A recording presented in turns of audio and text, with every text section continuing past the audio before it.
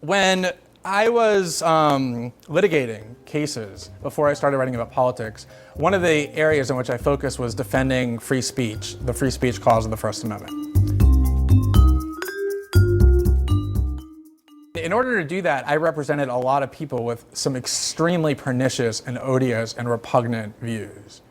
People like white supremacists and anti-Semites and a whole litany of horrendous people and horrendous views. And so a lot of times, all the time in fact, people would say to me, I support your enthusiasm for the First Amendment. I, of course, believe in free speech just like you do, but why is it that you have to represent the lowest dregs in order to defend these principles? And my answer was always the same. My answer was, because those are the people whose views are the target of suppression and censorship. If you're somebody who has political views that are basically accepted by the majority, or if not accepted, at least tolerated as reasonable and acceptable within the mainstream, you are not somebody whose views are in danger of being suppressed and being censored by definition.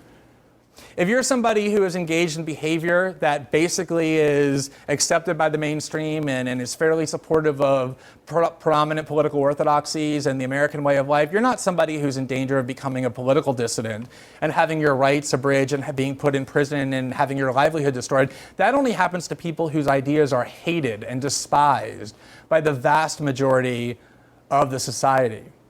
Those are the people whose constitutional rights are always targeted for abridgment, and that's what these civil liberties were designed to protect. That's who these civil liberties were designed to protect, because the founders knew that what in one era is a hideous and hated and despised and marginalized view in the next generation could be proven to be true.